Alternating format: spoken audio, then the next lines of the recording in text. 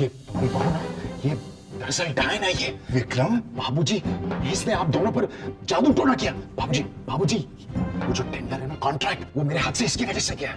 माँ, मेरे मना करने पर भी इसने उस फाइल पर कुछ सिंदूर लाल रंग का डाला और उस पे जादू टोना किया।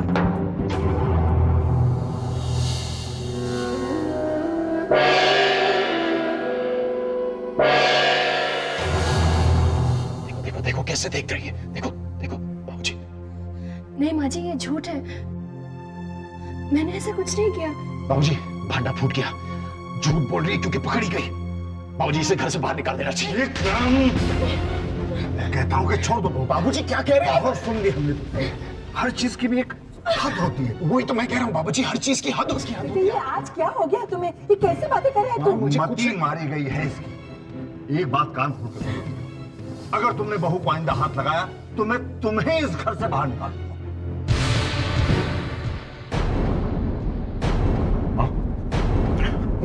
माँ, सुना आपने?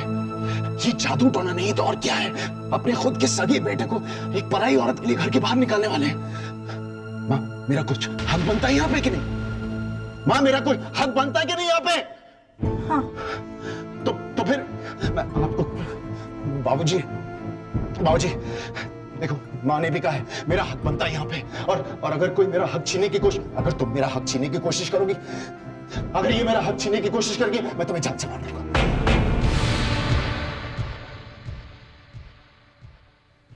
ये जादू टोना ये नहीं चलेगा।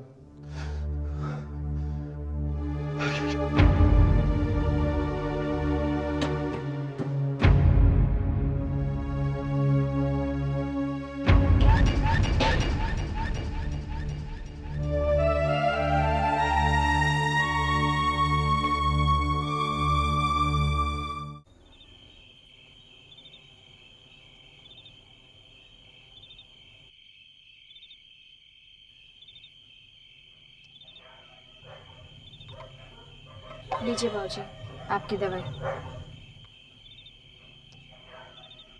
बाबूजी, आप बिल्कुल परेशान मत होइए, वरना आपकी तबीयत और बिगड़ जाएगी। कॉन्ट्रैक्ट खोने की वजह से ये थोड़ा अजीब से बिहेव करने लगे हैं, लेकिन धीरे धीरे अपने आप ठीक हो जाएंगे बाबूजी। गायत्री सही कह रही है।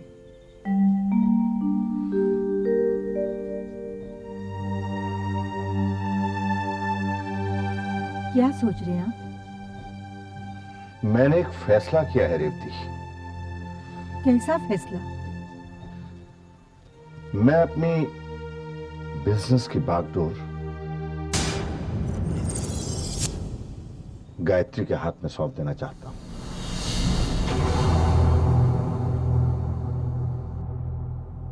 ये आप क्या कह रहे हैं? मेरी मानिए, ऐसा मत कीजिए। इसमें गायत्री और विक्रम में दरार पड़ जाएगी। बाबूजी, माँ जी एकदम ठीक कह रही हैं। इस तरह तो बात और भी बिगड़ सकती है। बेटी, जितनी बात बिगड़नी थी बिगड़ चुकी है। ये फैसला मैंने बड़ा सोच विचार के किया है। विक्रम की जिद पैसा है। वो पैसे को अपनी ताकत समझता है। अगर मैं पैसे की ताकत उससे छीन कर गायत्री के हाथ में दे दूं तो विक्रम कमजोर पड़ जाएगा। वो झुक जाएगा, सीधे रास्ते पर चला आएगा। और शायद उस वक्त सब लोग गायत्री की इज्जत करने लगे। बोलो बेटी, तुम्हारा क्या फैसला है? क्या तुम मेरे तमाम बिजनेस की जिम्मेदारी अपने हाथों में लेने के लिए तैयार हो या नहीं?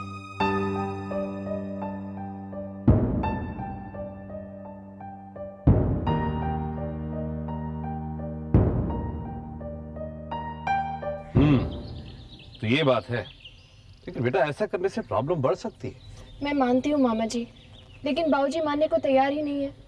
उन्हें तो पूरा विश्वास है कि मुझे बिजनेस सौंप देने से घर की सारी प्रॉब्लम्स हल हो जाएंगी। तो तुम अब क्या करोगी?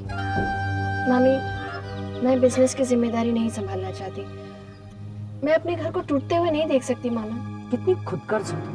कामनी, ये बिजनेस के बारे में जानती क्या है? अगर कुछ ऊंचा नीचा हो गया तो 10 बातें सुननी पड़ेंगी। जब तुमने बिजनेस शुरू किया था तब तुम्हें कोई अक्ल थी? लेकिन मामी, मैं बिजनेस नहीं संभालना चाहती। क्या मतलब कि तुम संभालना नहीं चाहती? इतने साल तुम्हें पाल पोस कर बड़ा किया, तुम्हारी शादी करवाई, इतने पैसे खर्च किए, और जब उस एहसान को चुकाने का मौका आया तब तुम पीछे हट रही हो। अपने बेचारे मामा का भी तुम्हें बिल्कुल ख्याल नहीं आया। सुन लो गायत्री, मैंने तुम्हारी शादी विक्रम के साथ इसलिए की थी कि मैं इस रिश्ते का फायदा उठा सकती हूँ। काबली तुम चुप रहो, तुम्हें कुछ पता नहीं। गायत्री, ये सुनहरा मौका है और तुम इसे गवाओगी नहीं, समझ गई?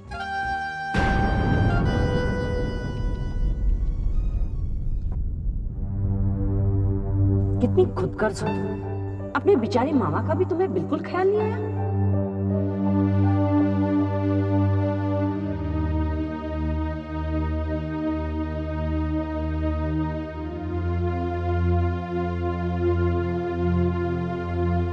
बेटी, मैं तुम्हारा गुनहगार हूं। ये आप क्या कह रहे हैं मामा जी? मैं ठीक कह रहा हूं बेटा। तुम्हारी भाभी तुम पे अत्याचार करती रही और मैं चुपचाप देखता रहा। मैं डरपोक नहीं हूं बेटा,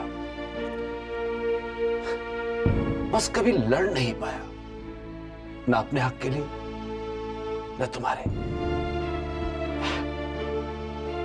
मुझे माफ कर दो बेटा। मामा जी, ये आप कैसी बातें कर रहे हैं? बेटा, तुम्हें जिंदगी में हमेशा दुख ही मिले हैं। मैंने सोचा था कि शादी के बाद तुम खुश होगी, लेकिन ससुराल में भी ये। मामा जी, जो तकदीर में लिखा है वो तो होगा ही। अब नहीं होगा बेटा, तुम वापस आ जाओ, तुम्हारी मामी को मैं संभाल लूंगा। मेरी बात मान लो बेटा, मुझे पश्चाताप का एक मौका दो बेटा।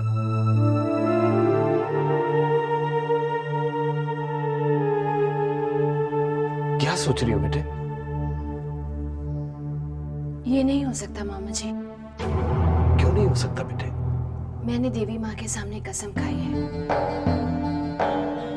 विक्रम भले ही मुझे अपनी पत्नी ना माने, मैं फिर भी अपना धर्म निभाऊंगी।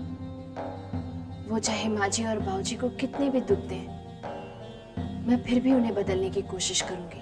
बेटे, अगर ऐसी बात है तो तुम कैलाश नाथ जी के बिजनेस की जिम्मेदारी लेने से इनकार नहीं कर सकती। अगर तुमने बाबूजी की बात मानने से इनकार कर दिया तो तुम्हारी देवी माँ को दी हुई कसम टूटती है।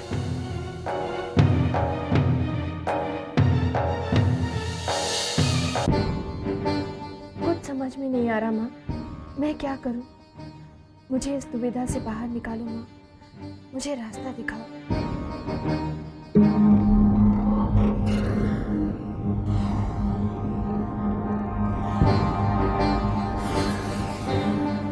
क्या बात है गायत्री, बहुत परेशान लग रही हो? हाँ कविता, वो तुम लोगों को मुझसे कुछ काम है? जी भाभी, एक्चुअली हम आपकी परेशानी दूर करने आए हैं। देखो गायत्री, अगर पापा के बिजनेस को कंट्रोल करने का ख्याल तुम्हारे दिमाग में है तो उसे निकाल दो, वरना आपका इस घर में रहना मुश्किल हो जाएगा भाभी। और इतना बुरा हाल होगा तुम्हारा गायत्री कि तुम कभी सोच भी नहीं सकोगी। और प्लीज भाभी, इसे धमकी मत समझिएगा, क्योंकि हम ऐसा कर सकते हैं। Take care.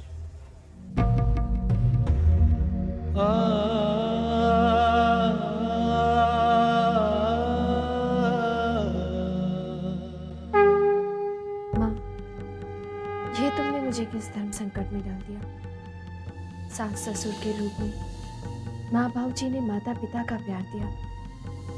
अगर उनकी बात मानती हूँ तो अपने पति को नाराज करती हूँ, और अगर इनकार करती हूँ तो माँ बाबूजी का दिल दुखाती हूँ, अपनी प्रतिज्ञा तोड़ती हूँ। अब तुम ही बताओ माँ, मैं क्या करूँ? मैं क्या करूँ माँ? हेलो गुरुजी, मैं कैलाश नाथ बोल रहा हूँ। नमस्कार कैलाश नाथ जी, कैसे हैं आप? मैं पूछ रहा था कि आपने गायत्री की जन्म पत्री बनाई? दरअसल गायत्री की जन्म पत्री बनाने के लिए मुझे समय नहीं मिला। कोई बात नहीं, जैसे ही गायत्री की जन्म पत्री बने मुझे सूचना अवश्य दीजिएगा। जी अवश्य। नमस्कार। गुरुजी, आपने कैलाश नाथ जी से झूठ क्यों कहा? आप तो गायत्री देवी की जन्म पत्री बना चुके हैं। बालक, गायत्री की जन्म पत्री बना चुका हूं और उसे विक्रम की जन्म पत्री के साथ मिला भी चुका हूं। मेरी भविष्यवाणी सत्य है।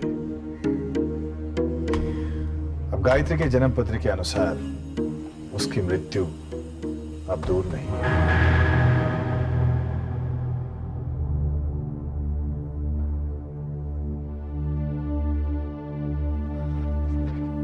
बाबूजी, इसका मतलब जानते हैं आप? तुमसे बेहतर। कुछ नहीं जानते आप बाबूजी। गायत्री ने आपको अपने बस में कर लिया है।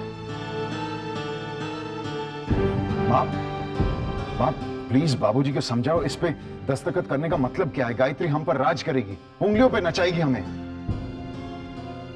अरे तुम लोग कुछ बोलते क्यों नहीं? पापा प्लीज, आप क्यों खामखा भाभी को हम पर लाद रहे हैं? पापा यू कांट डू दिस। अगर आपने ऐसा किया तो हम सब घर छोड़कर चले जाएंगे। जैसी तुम लोगों की मर्जी। बाबूजी आप समझते क्यों नहीं? गायत्री हमारे परिवार में एक खास मकसद से आई है। वो हम सब में फूट डालना चाहती है, हम सबको बर्बाद करना चाहती है वो।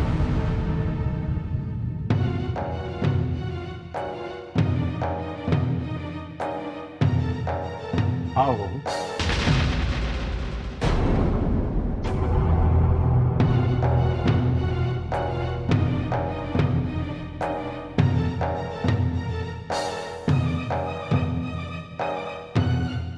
बहू, अब तुम्हारा फैसला।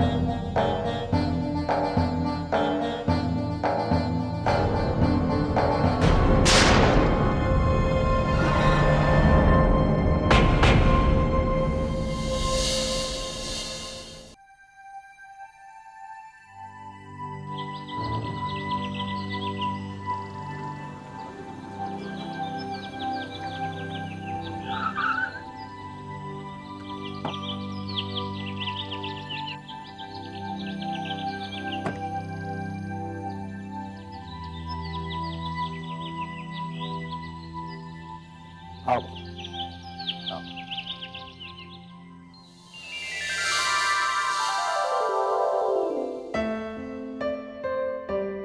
आओ आओ।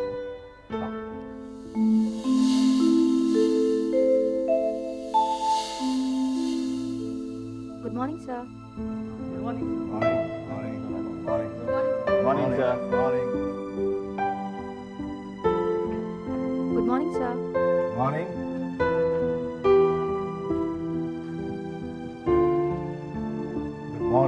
मॉर्निंग। Good morning. मिस्टर देश पांडे, ये मेरी बहू है। आज से इस ऑफिस का चार्ज ये संभालेंगे। बेटी, बाकी लोगों से बाद में मिल लेना। पहले तुम्हें तुम्हारा कैबिन दिखा दूं, जहां तुम्हें बैठना है। जी बाबूजी। कम।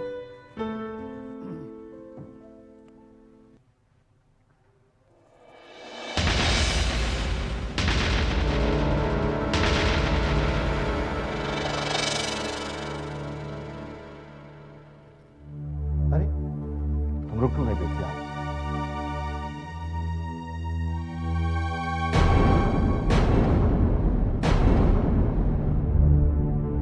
बाबूजी वो आओ बेटी। आज से ये कमरा तुम्हारा है और तुम वहां बैठो। आओ।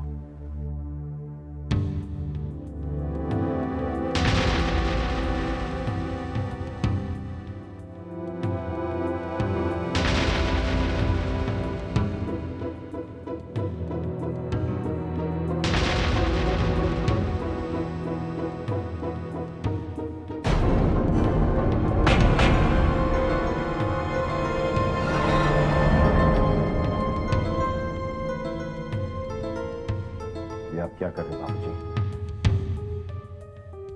आप इसे मेरे कमरे में कैसे बैठा सकते हैं?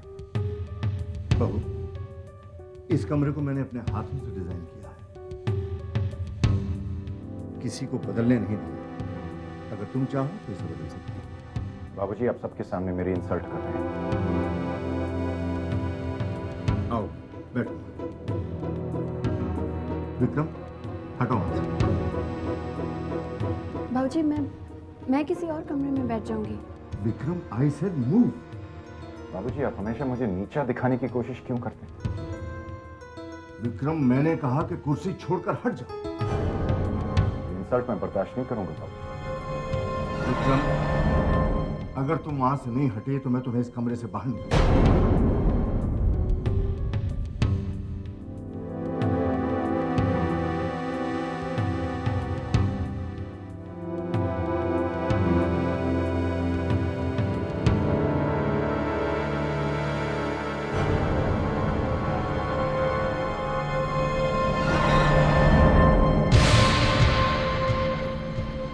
बाबूजी, उन्हें इस तरह से कमरे से बाहर निकालना जरूरी था क्या? बहू, ये ऑफिस है। इस कमरे में वही बैठेगा जो इस बिजनेस को ईमानदारी से अच्छी तरह से चलाएगा। चलो। इस कुर्सी पर बैठकर तुम्हें बड़े बड़े फैसले करने हैं। चिंता मत करो, हर कदम में मैं तुम्हारे साथ हूं। लेकिन एक बात का ख्याल रखना बेटी, इस बिजनेस को मैंने बड़ी मेहनत से, बड़ी ईमानदारी से बनाया है। मुझे विश्वास है कि तुम इस बात को ख्याल रखोगे।